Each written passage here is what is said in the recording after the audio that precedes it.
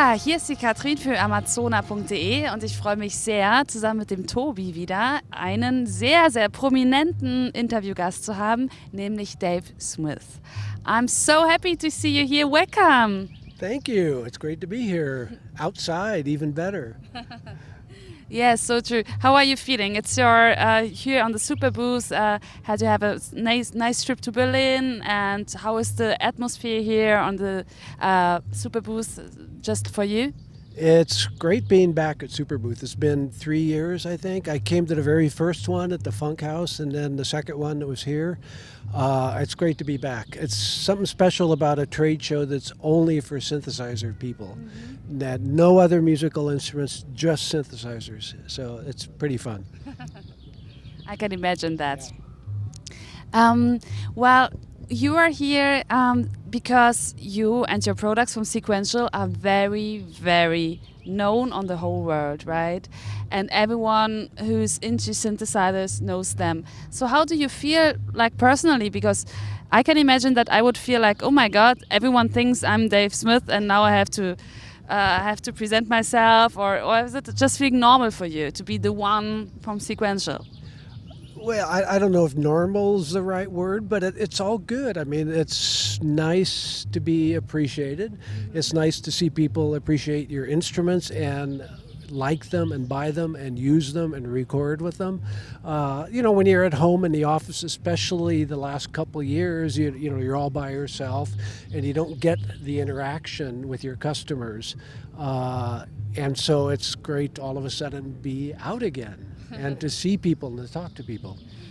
Yes, I can imagine that. It's quite, refreshing after this pandemic also to get in touch with the other people out there. Exactly. Yeah, it's great. So from how did you start? How old were you when you started with Sequential? I was in my 20s. That was a long time ago. Yeah. So I officially started Sequential Circuits in 1974. And so I've been doing this pretty much ever since. That was a separate company. I restarted again 20 years ago, 2002, with this company. And that's what I do. I design synthesizers. We're talking about the way you enhanced your company. It's getting bigger and bigger, one success after the other. There surely were also some low points in your career, and then there was the highs again. How did you deal with this? Because it's a huge management to do, right? To host such a big company.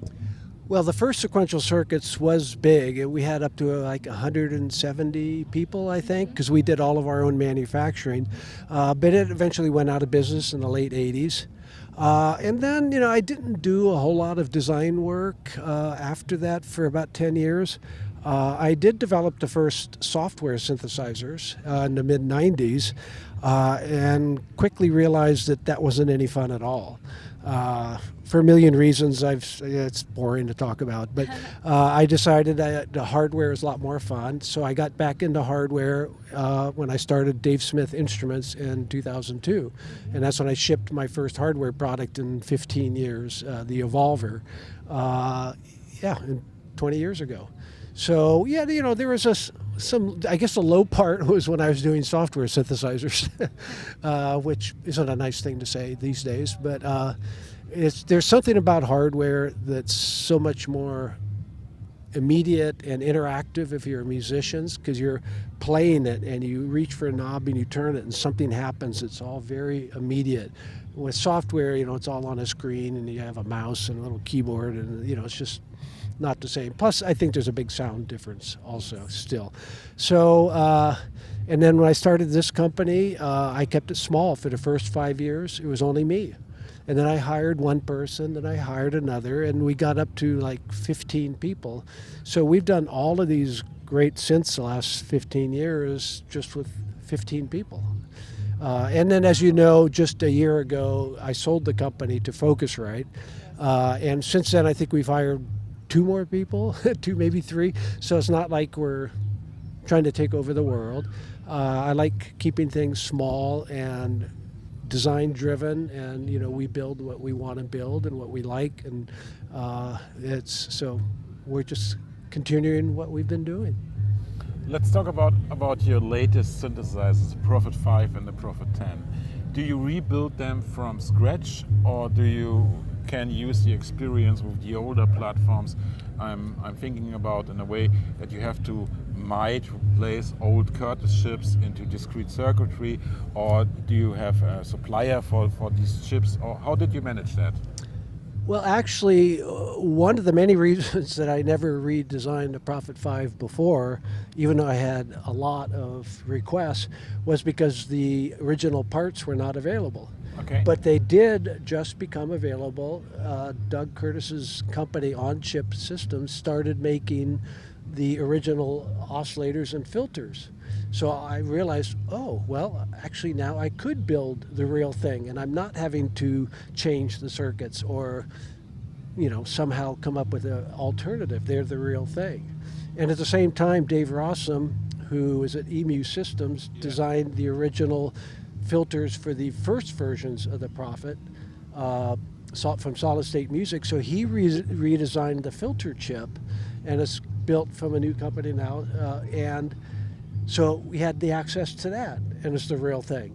And then that's when I had the idea, we could put in both filters. They're both hardware, exact ICs from before, so we have the benefit of the audio being exact from all versions of the previous Prophets. So I wouldn't have done it if I couldn't have used the right parts. Second question, sorry for having the cut. So one of your latest models is the Take 5, a small effort synthesizer, full equipped with signature sequential sound. What is the next thing? After the Take 5? Yes. Well, as you know, at this show we have announced the OBX8, Yes, sure. which we designed working with Tom Oberheim, because he got his name back, the rights to his name, so there's now an Oberheim.com. It's Tom Oberheim returning to the business after 35 years. So we got together, and since we just did sort of the same process with the Prophet 5, i.e., I got my old Prophet 5 out and we designed it to match and be exactly the same. Yeah. We said, well, why don't we do that for the OBX and OB8 and OBXA? And we started by calling it the OBX, and we realized, well, wait, we could do the same thing we did with the Prophet 5, and we could incorporate all versions. So it has the SEM filters from the OBX, but it also has the Curtis filters from the OBXA and the OB8. So all three products are in that one instrument. And we have all the factory presets from all of those versions, and they're done exactly. So that's our biggest new product. Okay, do you have any plans for Prophet? I'm not sure what you mean, but we will. New Prophet synthesizers? Well, we have plans for new synthesizers. They probably will not be Prophets. I don't think we're going to redo any of the other older products, sequential products. We may do some new versions of Oberheim products. We haven't decided yet. We do have another new keyboard that'll be coming out in 3 or 4 months, but I can't talk about it yet. Okay. It's top secret. Top secret. Top secret. We keep it on the list. Yes. And come back. That's going to be really exciting too. It sounds great, but Wow, there's a lot of more projects coming. I'm happy to hear that. One question for me, it's interesting. So how did you deal with the work-life balance and all the time? Because I guess you have a family, and you have this huge company. So how did you deal with the business and was it hard for you sometimes? Well, yes and no. I mean, first of all, it's not a huge company because, again, only 15 of us. And I'm not much of a manager, so everybody kind of works on their own, and we've been a team for so long. In 20 years, we've only had one employee leave the company. So it's the same people, and we're very tight and organized. Plus, I work at home. So when we were raising my kids, who are now 29 and 30, I was working at home. So even though I was working, I was always there. So it's kind of, yeah, Dad's always working, but on the other hand, Dad's always here. So it worked out pretty well, I think. And would you recommend to your children to go into music also, or do they do music, or? They both had played music and been in bands at one point or another, but no, neither one of them is actually building synthesizers. They both ended up being technical. My daughter was a software manager at Slack, and my son is a hardware engineer for a company called Tonal. And so they got that from me. I didn't tell them to do that. That's what they decided they liked to do. But yeah, they decided to have their own careers and not necessarily be in the synthesizer world. So beautiful. Yeah, it's also interesting to listen into, the background stories, because as we can see, your synthesizers, that's one thing, but you did that with all your life, you have such a long life story also already. It's amazing. So, yeah, so cool to hear that. Thank you. Yeah, it's been a fun journey, and I love to travel, and that's what's been the hardest part the last couple of years, is not being able to. So that's why it's so great to be back in Berlin, because I've always liked Berlin and have a lot of friends here, and so it's just being able to be out again. It's really good. Thank you so much for your time, and welcome. Enjoy the day in Berlin you have still until Sunday. It's not that long. And, Thank you. And the Super Boost. Thank you for taking the time to speak with us. Thank you. My pleasure. Thanks.